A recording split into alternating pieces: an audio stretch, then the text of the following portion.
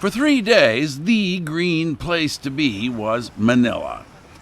Too many nations have believed that the environment must be sacrificed at the altar of growth. We have always believed otherwise. We believe that we can save the planet while at the same time enhancing prosperity for mankind. That's our central message in the conference. Let's pursue development in a sustainable manner by not sacrificing the environment. The International Conference on Green Industry in Asia drew 3 times more than expected, 1,200 people from 24 countries. So we're now at a point, I believe, of a new industrial revolution, and sustainability will be at the core of that. All the stakeholders who make the difference are here. Government can develop the plans and strategies and activities, but who are the ones make the difference on the ground? It is the industry, it is the consumers, it is NGOs. They are all here together. Sponsored by UNIDO and other agencies and organized by the Philippines government, the conference wasted no time adopting the Manila Declaration and its plan of action to promote efficient use of energy and material resources on the way to a low-carbon path of growth. The cost of production can be lowered by using more resource-efficient means. The consumer will benefit, because then the prices will hopefully be in line with the cost of production and therefore would not rise. And I think that's the whole point. That's the big danger. If we do not move along this road, we will have more wasteful forms of production, higher prices, and eventually affecting consumers. Well, the Manila Declaration, first of all, sends a political message that industry is part of the solution. Many times people see industry as the polluter. This sends a message that the ministers of industry meeting here are saying greening industry is possible and it would be profitable. The conference is sending a very important message that the integration of economic growth and environment sustainability is really possible and feasible. Business and environment are not contradictory. Environment makes good business, and business can make good environment.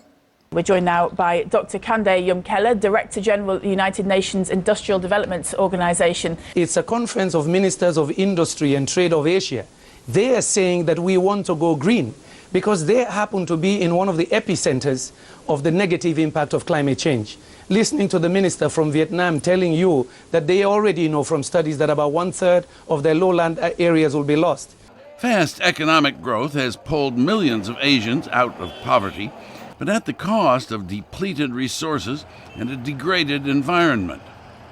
How to change the ways of nations and industries fueled a flow of ideas between government ministers, experts, NGO officials, industry leaders. Speakers pulled no punches. So green industry, the whole green economy approach is the only way out of a cycle of boom and collapse that will become the norm if we don't invest in the green industry. It is the only thing that offers any hope for the survival of humanity and most of the rest of the species on Earth. The practice of grow now, clean up later is no longer acceptable. We need to grow and solve our economic problems in environmentally sustainable manner. Unless we're sustainable, the world has no future. Unless we use green industry, there will be no growth. But amid the blunt warnings, there was an air of confidence, even good cheer, as they talked about the means, regional cooperation and consultation between governments, universities, and businesses. We have to build the trust among ourselves. Trust, that's the only way we can find the solutions. A lack of trust, that's what makes the finding the solutions, sustainable solutions, difficult. It's a big mistake for us to think that technology is the one that's going to solve all this. It has to be a combination of measures, policies, systems, technology, financing. We all have to do something now.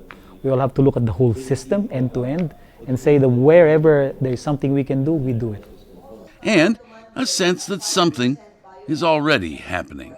We share the vision of the Manila Declaration that globally we need to green industry to survive. I think this declaration is a very positive step forward because we need a global compact on moving industry towards becoming green and on encouraging innovation for the greening of industry. Signs, too, that Asia, with its hundreds of millions of poor, is not waiting for someone else to do something. Because we are in the takeoff stage, we have a unique opportunity in our country to get it right from day one, to introduce new industries that are clean and profitable.